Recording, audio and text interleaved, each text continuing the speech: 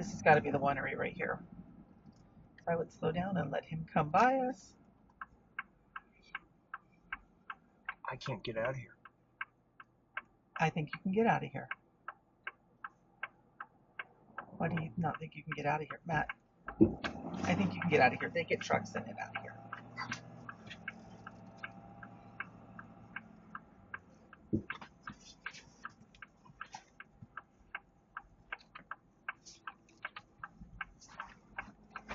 And there is another RV in here, so you are doing great.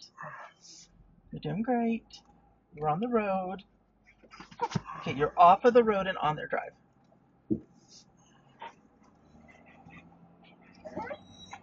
The fun part is going to be that we're going to want to turn around in there.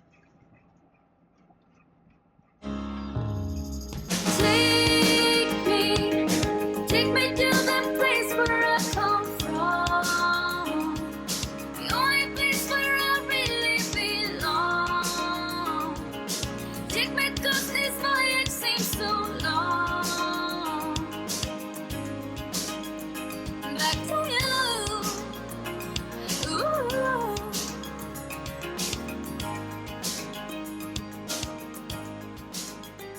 Back to you.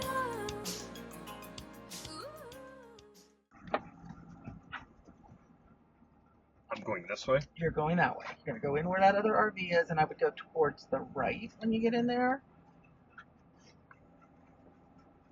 There we go. I can't tell if you're following on my side, your side, but I am assuming you're following on your side.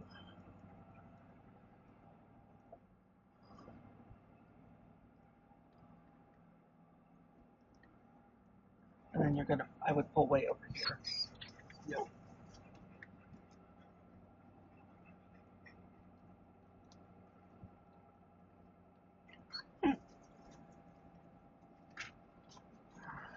Stay on the gravel though. Okay? And then we'll, it'll probably take both of us, but we'll get it turned around. Okay? Okay. You're gonna run in and, I've got, what time is it? 3 o'clock. I have 28. Hi everyone. We want to have a discussion with you about the winery that we stayed at. We did not take a lot of video of us parking because it may have taken us 2 hours to actually unhitch correctly, taking the truck on and off, and unkind words may have been said. Just a few. Just a few. So we're fine, and we were fine after we hitched, or after we got unhitched and got set up. There's a t-shirt that says, Yes, do not hold against me anything that I say when we're parking the rig. There we go. So we pull onto the winery. Matt talks to the chef because he's the manager of the place, and he gave us some options on where we could park. Now, he did kind of say you might want to park down by the lake. Matt and I were looking at how the lake was made, and we were kind of worried at the weight of our rig that it probably wouldn't be good for their banking for the lake. So we chose to stay in the gravel lot. And that's the beginning of our mistake.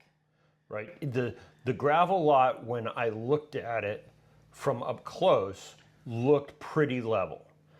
But the first time we pulled in and we were parked where you see us parked in the video, we couldn't get the jacks down far enough in the front for it to auto level. It kept trying to Stroking out. It kept saying it needed to drop it more to the front. So he says, okay, we'll go ahead and turn around and make it go to the back so that it can drop the nose far enough to auto level.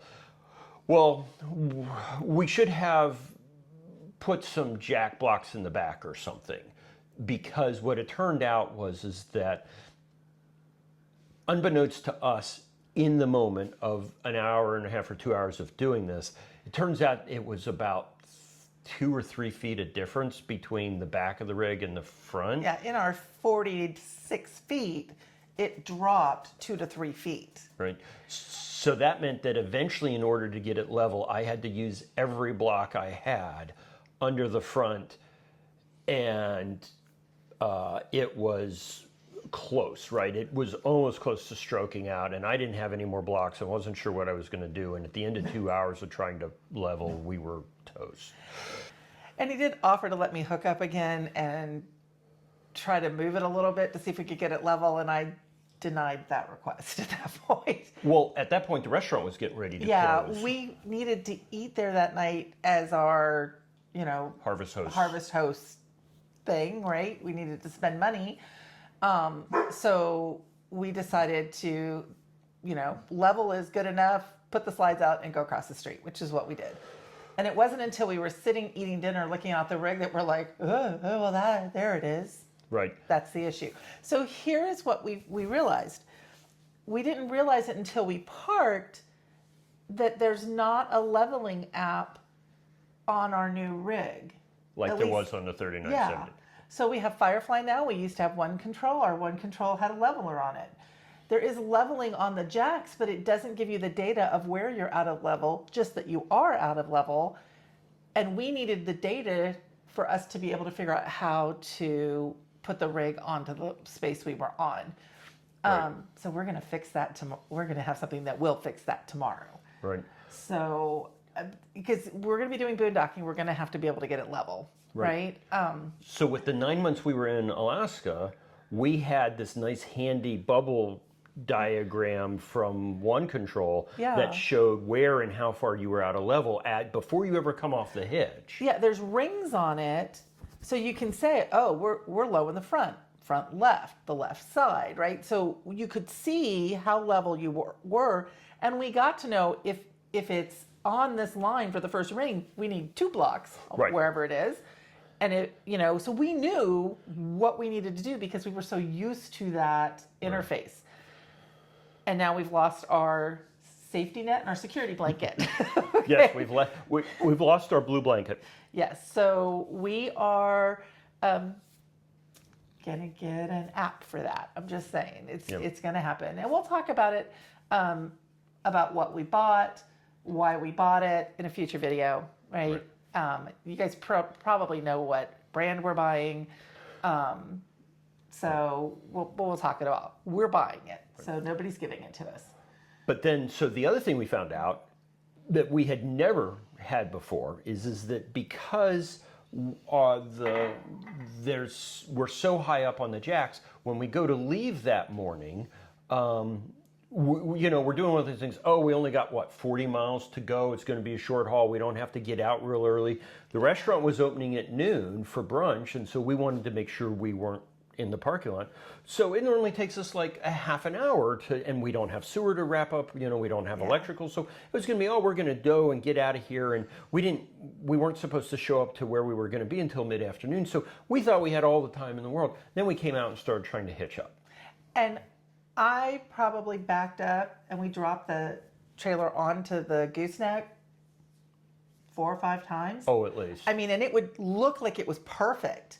Right. And then we would go to do the lift test and it would lift right off the ball. I mean, it wasn't even trying to click onto the ball. So this is a brand new rig. And we're like, well, it's not the ball because we've used that forever. Right. Is there something wrong with, we've only hitched and unhitched it twice. Is there something wrong with the gooseneck? So I'm getting up in there trying to shine lights. I'm spraying, lube and working the mechanism, thinking is something wrong, right? And basically what it came down to, and Angela figured this out. Well, I figured it out, but I wasn't vocal enough because I said, could it be the ball at some point? The angle that we were at and the ball. And Matt's like, it's just not clicking, and he kept going. Well, then he grabbed our spare hitch, which is our spare ball, which is a B&W. He just took it out of the case and stuck it up there, and it clicked.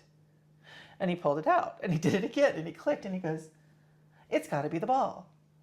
So he put the B&W ball in,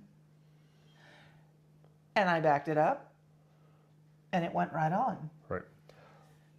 But here's the thing, when you look at the Ford ball versus the B&W ball, the Ford ball sits closer down to the bed of our truck. The B&W has a little more relief. It sits higher than the Ford one does.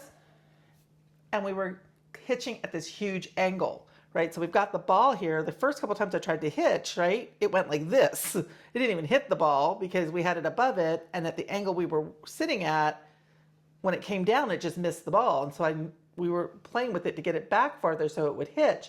So the rig was at such a severe angle when we were trying to hitch, there wasn't enough, we think, relief to that forward ball for it to be able to hitch And latch. and latch down. So we were within a half an inch of not being able to unhitch, or not being able to hitch back up, right? Because the difference between the two is only a half an inch, maybe an inch. I don't know, it's somewhere in there, right? It's not very much. So if we had been a little higher at all, Yeah, if the back end had been higher, well, first of all, I don't think we would have actually been able to get level. But secondly, we would have had to figure something out, like pull it not latched until it was flat and then raised it and latched it before we came out of the parking lot, which would have been scary. yeah, right. for sure. So we figured it out. We got it hitched and we got out of there. But what usually takes us, like hitching usually takes us 5 minutes when we actually do the hitching, took almost an hour. At least. Unhitching took us 2 hours. Hitching it took us an hour. And we're still struggling, and people are coming in Sunday best to go to brunch, Yeah. and the parking lot's starting to fill up, and we're like, And we had this huge rig filling up quite a bit of their parking and lot. they were so, we told them we were having problems. They were so nice. I mean, they are just such nice people. If you are in the area, even if you're not doing Harvest Host, I mean, stop and have lunch there. It's Morgan Ridge Winery. They're just good people, nice people. Right. I really like the chef. He's a really nice guy, Mark. Mark wants it to be a success. He just took it over about a year ago now. And he's doing a phenomenal job. Right. And I have to say, the best hamburger I've probably ever had in my life. Right. We're It was looking forward to incredible. going back when the weather's better, because they've got this nice patio looking over the lake or the pond. Yeah. If it's not 25 degrees out, it's probably pretty nice to sit out there. And, Well, and we'll have solar, so even in the summer, we'll be able to have the ACs running. right. So it was really, really nice. We did not get a chance to take the tour, and so we're looking forward to going back and seeing that next time and seeing Yeah. how they make their wine and stuff like that. We did wine and beer tastings and enjoyed those Yeah. immensely. They do make beer too. They do brew make beer. So there's something for everyone there. So, it's it was kind of an interesting lesson on how much we've become dependent on some of the technology, and, Right, and and where our failures are. We knew that, our supposition is that Firefly is better than One Control, right? So we were really excited we were going to Firefly, and I still am. Love the fact that the solar is on there and I can see what's going on. There are just reasons I really, really like Firefly. But then we didn't know we were going to lose an app that we were relying on. Now, there's a way to get around it. Not a big deal. So if you want to see what's coming in the next couple of weeks as far as putting the leveler capability on, the brand new solar install that's going to allow us to run all 3 air conditioners and heaters, even on boondocking. The desk in the office, or in the garage, we're setting that up as an office for the 2 of us. That's right. We're going to be doing that. And the tour, we'll do a tour once we get everything set up. So be a little patient on the tour. It may take us a couple months to get to it because we're building desk and we're Right. getting solar installed. And you'll probably see the solar way before you see the inside of the rig. That's right. So do us a favor. Hit like, means a lot to us. Hit subscribe so that you can tell YouTube that you want to see more of this type of content. And if you are an RVer and are thinking of buying either Liquify or getting a new mattress, we've got affiliate codes for both of those. The Tampa RV show is going on right now, and Quartzsite is also going on. So both of those are running additional specials. So go up and use our affiliate code, please, and take a look at what they have. So Yeah. And also RV mattress. We have a code for RV mattress as well, which will get you 30% off. right. And we love our RV mattress. We are seriously missing it right now. That's right. So thanks for watching, and we'll see you in the next one. Yeah. Bye. So this is the harvest house that we've stayed at for the last couple days. It's Morgan Ridge Winery in Gold Hill, North Carolina. It is beautiful. They do have a scratch kitchen, which was incredible, but it is just lovely. And we would definitely recommend spending a couple nights here if you can.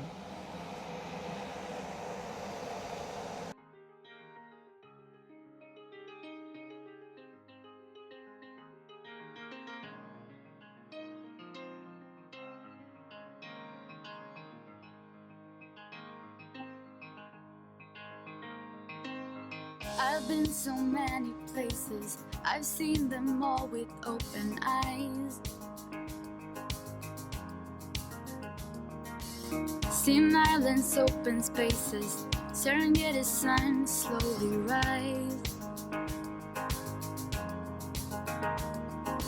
All these memories, I hold them near me when I sail the Aegean Sea. But there's one place for me. Take me to the place where I come from. The only place where I really belong. Take me 'cause this voyage seems so long. Back to you. Ooh.